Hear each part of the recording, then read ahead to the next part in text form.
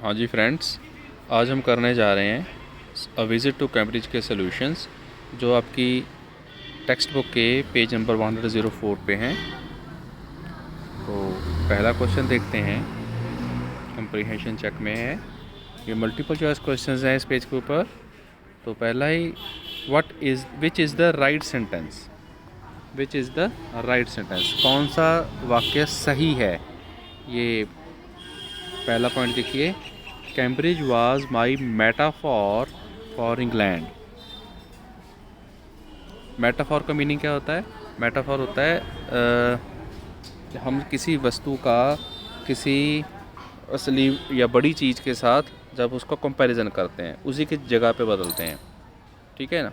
तो Cambridge was metaphor for England means कि England का अगर छोटा रूप देखा जाए तो कैम्ब्रिज यूनिवर्सिटी में मिल सकता है, या कैम्ब्रिज यूनिवर्सिटी और इंग्लैंड दोनों सेम ही हैं, एक जैसे हैं। तो ये राइटर का क्या भाव था वहाँ पे?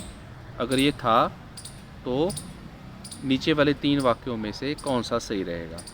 पहली ऑप्शन है, Cambridge was reputed university in England,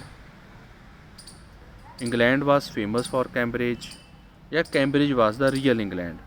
तो इसका आंसर है Cambridge was the real England, ठीक है। जब आपका ऑप्शन पेपर में आएगा तब भी आपने ऐसे पॉइंट नंबर 3 लिख के और ऐसे ही आपने पूरा ऑप्शन भी लिखना होता है, ओके। बुक के अंदर आप इसको नंबर 3 के ऊपर टिक कर सकते हो। हम नेक्स्ट क्वेश्चन देखते हैं। The writer phoned Stephen Hawking's house. Writer ने स्टीफन हॉकिंग के घर पर फ़ोन किया। कहाँ से किया था? From the nearest phone booth, from outside a phone booth, और from inside a phone booth. क्योंकि वो जो राइटर थे मिस्टर फिरदौस, वो खुद एक व्हील चेयर पर थे, तो फ़ोन बूथ के अंदर तो जा नहीं पाए। He called from outside a phone booth, ठीक है। तो ऑप्शन नंबर 2 जो है वो सही है, ओके। वेरी गुड, समझ आ रहा है सबको। अब क्वेश्चन नंबर 3 देखते हैं। Every time he spoke to the scientist the writer felt guilty. कि जितनी बार भी राइटर साइंटिस्ट के साथ बात करते थे तो उनको गिल्टी महसूस होती थी, उनको गिलानी सी आती थी कि यार मैं गलत कर रहा हूँ। बिकॉज ऐसा क्यों था? क्योंकि he wasn't sure what he wanted to ask. क्या उनको पता ही नहीं था कि वो आखिर क्या पूछना चाहते हैं। सेकंड ऑप्शन है, he forced the scientist to use his voice synthesiser. क्या उनका ये प्रश्न पूछने से साइंटिस्ट को जो मशीन लगा रखी थी वॉइस सिंथेसाइज़र, उसका प्रयोग करना पड़ता था। या थर्ड ऑप्शन है, he was face to face with a legend. या एक महान व्यक्ति के बिल्कुल साक्षात सामने थे। तो उनमें से कौन सा ऑप्शन सही रहेगा? सेकंड वाला, क्योंकि जो साइंटिस्ट थे वो उनको पैरालिसिस हो रखा था, उनकी बॉडी चलती नहीं थी, सिर्फ उनकी फिंगर्स ही काम कर रही थी और वो बोल भी नहीं पाते थे, इसलिए उनको वॉइस सिंथेसाइज़र के साथ बोलना पड़ता था, ठीक है। इसलिए राइटर को बड़ी गिल्ट महसूस होता था जब वो भी उनसे कुछ प्रश्न पूछते थे साइंटिस्ट से, ओके। अब फोर्थ क्वेश्चन देखते हैं, ये आ गया है। I felt a huge relief in the possibilities of my body. ये राइटर ने कही थी बात। In the given context the highlighted words refer to. कहते राइटर ने बोला, कहते जब मुझे बहुत रिलीफ मिला, जब क्योंकि मैं देख पाया कि मेरी बॉडी तो बहुत से कार्य कर सकती है, बहुत सारी पॉसिबिलिटीज़ हैं मेरे पास जो मैं कर सकता हूँ। कब कहा उन्होंने ऐसे? Shifting in the wheel chair turning the wrist, या स्टैंडिंग अप वॉकिंग, या स्पीकिंग और राइटिंग। शिफ्टिंग इनका ऑप्शन पहला है, जब वो अपनी व्हील चेयर को शिफ्ट कर रहे थे एक जगह से दूसरी जगह, और अपनी रिस्ट से रिस्ट होते कलाई, जब अपनी कलाई पर बंधी घड़ी को बार बार घुमाकर देख रहे थे। लेकिन ऐसा उनको क्यों लग रहा था कि अपनी व्हील चेयर हिला सकते हैं और रिस्ट वॉच को हिला सकते हैं, उससे उनको रिलीफ मिला हो। क्योंकि वो स्टीफन हॉकिंग जी को देख रहे थे. He was looking at mister Stephen Hawking who could not move a little. Okay,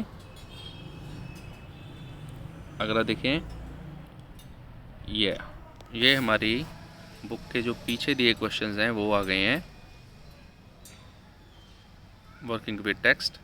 तो फर्स्ट क्वेश्चन के 2 पार्ट हैं. पहला पार्ट कर रहे हैं हम. Did the prospect of meeting Stephen Hawking make the writer nervous? If so why?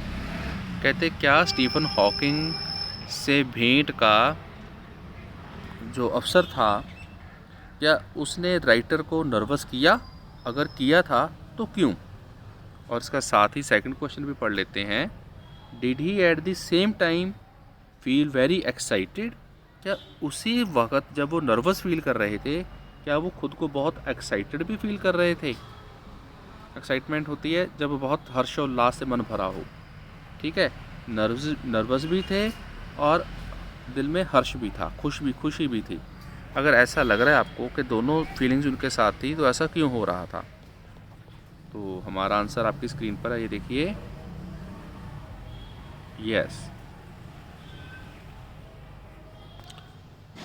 Yes, nervous क्यों feel कर रहे थे? The prospect of meeting Stephen Hawking make the writer nervous because Stephen Hawking was the ablest scientist on earth. पहला point तो ये है. He was the worthy author of the world renowned book A Brief History. और he had become successor of Isaac Newton at the University of Cambridge. ठीक है, meeting with such a great personality made the writer nervous. Okay, तो हम ये जो मैं underline कर रहा हूँ इतना ही क्वेश्चंस आप इसके अंदर लिख लीजिएगा और बाकी चाहे आप छोड़ दीजिए. ठीक है, तो ये वाला पोर्शन आप लिख लीजिए. ओके, और सेकंड पार्ट था इस क्वेश्चन का कि क्या वो उसी समय जब स्टीफन हॉकिंग जी को मिलना था क्या उसी समय वो एक्साइटेड भी थे? तो yes, he felt excited at the same time because it made him stronger to see somebody like him achieving something huge. ठीक है, इसको यहीं तक लिख लीजिए. Okay, very good. अब आगे चलते हैं. Guess the first question put to the scientist by the writer. सबसे पहला क्वेश्चन साइंटिस्ट को राइटर ने क्या पूछा होगा? The writer might have asked the scientist if he had been brave to reach where he had. तो पहला question मेरे अनुसार तो यही है कि जो राइटर ने साइंटिस्ट से पूछा होगा if he had been brave to reach where he had. क्या आप इतने बहादुर थे? क्या आपने इतनी बड़ी उपलब्धियां प्राप्त की हैं, है ना? तो थर्ड क्वेश्चन देखते हैं. Stephen Hawking said I have had no choice. Does the writer think there was a choice and what was it? तो बीच में हमने पढ़ा था लेसन में कि जब उन्होंने कहा था I have had no choice Stephen Hawking में, तो राइटर के मन में आया तो था कि no, it is not all, it is your choice that you have reached so much. Okay, the writer thought that there was a choice. Stephen Hawking could have chosen to leave everything. Stephen Hawking सब कुछ छोड़ भी सकते थे and be sad and depressed, और उदास रहते, depression में चले जाते, है ना? He could have self. However, he chose to live creatively. लेकिन उन्होंने क्या किया? उन्होंने अपनी ज़िंदगी को creatively, knowing the reality of his disintegrating body, जिंदा दिली से जीना चाह रहा. ठीक है, हालांकि वो जानते थे असलियत में कि उनकी बॉडी जो है वो टूट रही है, डिसइंटेग्रेट हो रही है, लगातार सिकुड़ती जा रही है. ओके, अब फोर्थ क्वेश्चन करते हैं. I could feel his anguish. What could be the anguish? Stephen Hawking's mind was active with many thoughts that he wanted to express. कहते जो स्टीफन हॉकिंग हैं उनका माइंड बहुत एक्टिव था, चाहे उनकी बॉडी जो थी वो मूव नहीं कर पाती थी, लेकिन हिज माइंड वाज एक्टिव और उनके दिमाग में बहुत से विचार आते थे विच ही वांटेड टू एक्सप्रेस, जिनको वो बताना चाहते थे। However his thoughts came out in phrases without reflecting his feelings और इमोशंस।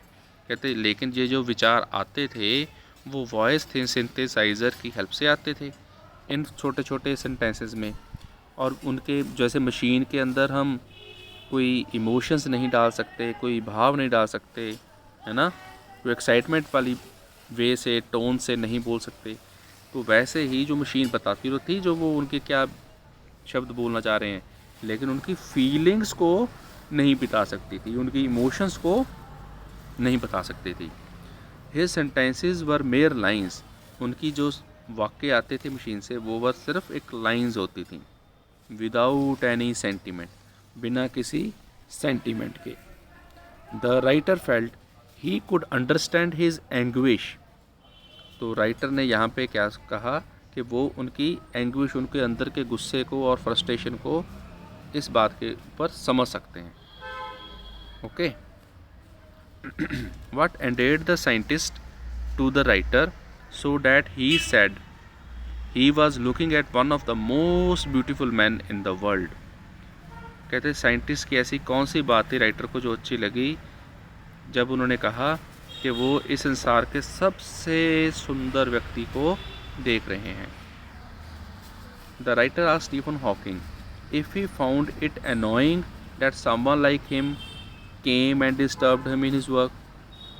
कहते जब राइटर ने स्टीफन हॉकिंग से पूछा कि आपको जब मेरे जैसा कोई आपसे मिलने आता है और आपके काम के अंदर डिस्टर्बेंस पैदा करता है तो क्या आपको वो अच्छा लगता है, क्या आपको वो बुरा नहीं लगता। To this query the scientist replied in the affirmative. तो इस क्वेरी के, इस क्वेश्चन के ऊपर जो साइंटिस्ट थे स्टीफन हॉकिंग, उन्होंने क्या बोला था, एफर्मेटिव मतलब यस बोला था, फ्रैंकली एंड ऑनेस्टली। और उन्होंने सच में ये फ्रैंकली बोला, फ्रैंकली मतलब खुले दिल से बोल दिया और ईमानदारी से बोल दिया कि हाँ, जब कोई भी हमें ऐसे ही जिसको हम जानते भी नहीं है, who is a stranger to me, वो हमें हमारे काम के बीच में आके मिलता है, हमसे बातचीत करना चाहता है, हमारा घंटा 1.5 घंटा ले जाए, तो हमें क्या अच्छा लगेगा जब हम अपने पहले ही काम में बिज़ी हों, तो नहीं अच्छा लगता ना।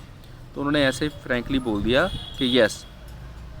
Then he smiled his one way smile, तो वो लेकिन उसके बाद में उन्होंने बाद में स्माइल भी किया। And this was what endeared him to the writer, और यही चीज़ राइटर को बहुत ही ज़्यादा एंडेयर कर रही थी, बहुत पसंद आ रही। The writer felt that he was looking at one of the most beautiful man in the world. तो राइटर को लगा कि वो दुनिया के सबसे सुंदर व्यक्ति को देख रहा है। Read aloud the description of the beautiful man, which is the most beautiful sentence in the description। कहते आपने ब्यूटीफुल मैन की जो डिस्क्रिप्शन है उसके बारे में पढ़ना है, which is the most beautiful sentence in the description, और डिस्क्रिप्शन का जो सबसे सुंदर वाक्य है उसको बताना है। The sentence describing the inner glow of Hawking's personality, तो स्टीफन हॉकिंग की ज्ञान का अंदरूनी ग्लो था उनकी शख्सियत में, which makes his physical looks irrelevant, जिससे कि उनकी जो बाहरी शरीर की बनावट थी वो एक इररेलेवेंट लगती थी, जिसका कोई मतलब ना रह जाए। उनके अंदर से ही ज्ञान की रोशनी, ज्ञान का नूर इतना ज़्यादा था कि उनकी बाहर के शरीर की जो दिख थी, लुक्स थी, वो इररिलेवेंट रह गई। Is probably one of the most beautiful description of beauty, तो शायद यही सबसे बेहतर विवरण होगा उनकी सुंदरता का। आगे चलते हैं, question number 7। If the lantern is the man, what would its walls be. Would इस वॉल विल भी क्या होंगी भाई, उसकी वॉल्स होगी human body. What is housed within the thin walls, the light of life is housed within the thin walls. What general conclusion does the writer draw from this comparison? इस conclusion से इस वाक्य से पूरे से क्या निकाला उन्होंने, इस कंपैरिजन से क्या कंक्लूजन निकाली? The writer draws a general conclusion that inside our body is the eternal soul.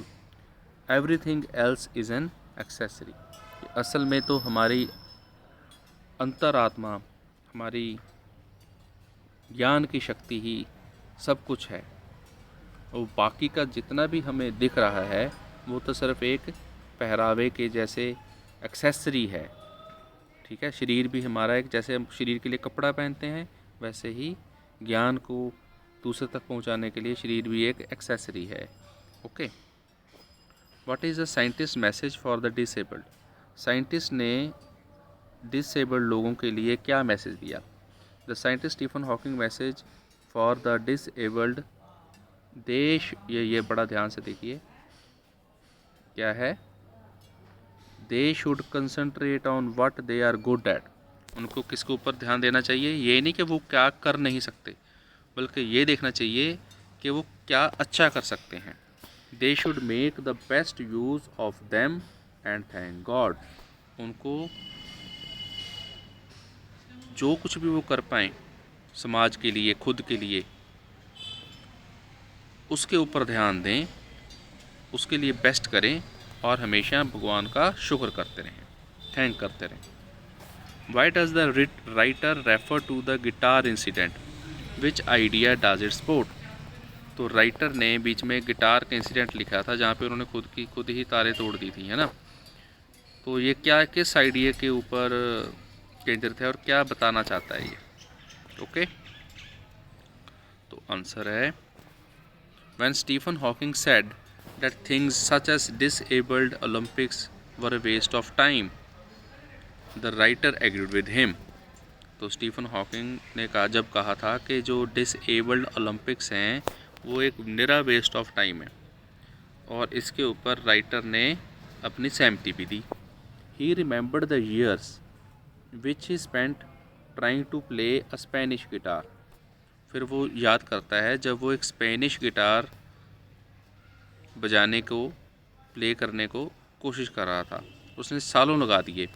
That was considerably larger than he was, और जो स्पेनिश गिटार थी वो उनके खुद से, राइटर के खुद से ज़्यादा बड़ी थी। He was very happy when he unstringed it one night, लेकिन उनको बजाना, वो जब सीख नहीं पाए उस स्पेनिश गिटार को बजाना, तब उन्होंने उस गिटार को अनस्ट्रिंग कर दिया, उसकी जो तारें थी, जो आवाज़ म्यूज़िक बजाने वाली, उनको तोड़ दिया, उनको निकाल दिया एक रात। तब उनको बहुत खुशी मिली। It supports Stephen Hawking's idea that the disabled should only concentrate on what they are good at. तो तब कहते उनको ये स्टीफन हॉकिंग का जो विचार था उसके ऊपर पूरी सहमति हो गई कि डिसेबल्ड्स को उसी के ऊपर फोकस करना चाहिए जिसको वो अच्छे ढंग से कर सकते हों, and not take up the things unnecessarily, और यूं ही बिना किसी वजह के अपने ऊपर नए नए काम थोप ना लें, ताकि फिर उनको मन के अंदर एक डिप्रेशन के फीलिंग आए कि हम तो ये कर नहीं पाए। Okay, the writer expresses his great gratitude for Stephen Hawking. What is this gratitude for? तो राइटर ने बहुत ज़्यादा धन्यवाद दिया स्टीफन हॉकिंग को। ये किस लिए दिया था?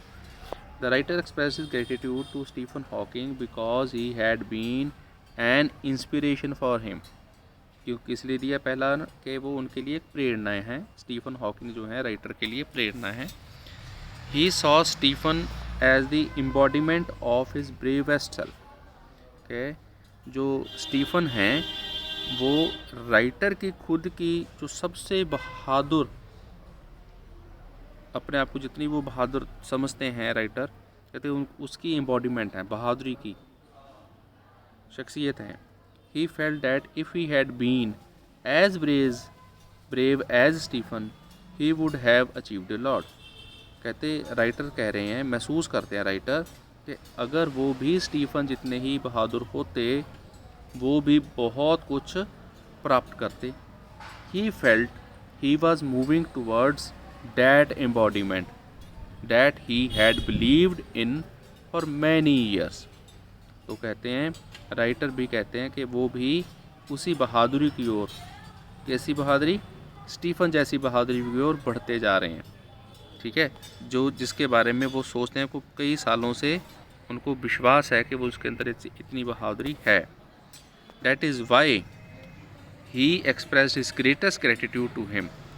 That is why he expressed his greatest gratitude to him, as he had made him realize what great heights he could reach। कहते इसलिए उन्होंने अपना धन्यवाद दिया स्टीफन जी को, क्योंकि उनसे मिलने के बाद ही राइटर को रियलाइज़ हुआ, राइटर को अनुभव हुआ कि वो भी बहुत ऊंचाइयों तक पहुंच सकते हैं। ठीक है, तो ये आ गया हमारे पास अब 11th question. Complete the following sentences taking their appropriate parts from both the boxes below. ठीक है, तो ये बॉक्सेस हैं और ये सॉल्यूशंस हैं बेटे।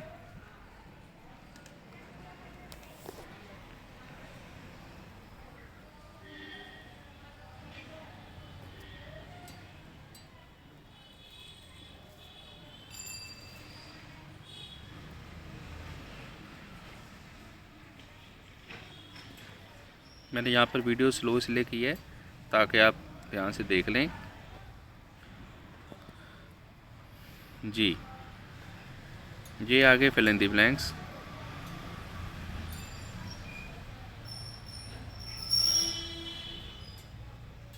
और ये फिल इन द ब्लैंक्स ऐसे नीचे मैं करके रखे हैं आपके लिए, वहाँ से देख लेते हैं। I met a traveller from an antique land. Traveller खालिस्तान में आ जाएगा ट्रैवलर। आगे देख चलते हैं। I need special guidance in mathematics. तो फिल इन द ब्लैंक में भर लेना है आपने guidance. I can't count the number of times I have failed in the subject. Third option देखिए question. The guide called Stephen Hawking a worthy successor to Isaac Newton. ठीक है, यहाँ पे आएगा successor. His other problems paled into insignificance beside this unforeseen mishap। तो पेल्ड भर लेंगे। Fifth question देखिए। The meeting was chaired by the youngest member of the board. ठीक है, चेयर्ड। सम पीपल से yours truly when they informally refer to themselves। okay, I wish it had been a drawn match। drawn मतलब जिसकी का ना जीत हो ना कोई हार हो, दोनों पार्टी बराबर। We would have been spared the noise of celebrations at least। आगे। Now make six such phrases using the words given in the box। हमने इसकी phrases बनानी है। ठीक है, तो ये बॉक्स में दिए रखे थे हमें। गाइड का बना दिया, रीडिंग सेशन, सक्सीड का स्माइलिंग फेस, चेयर का ट्रैवल, चेयर का रिवॉल्विंग चेयर, ट्रैवल का वॉकिंग टूर, पेल, डांसिंग डॉल, ड्रॉ का विनिंग चांस और ट्रू का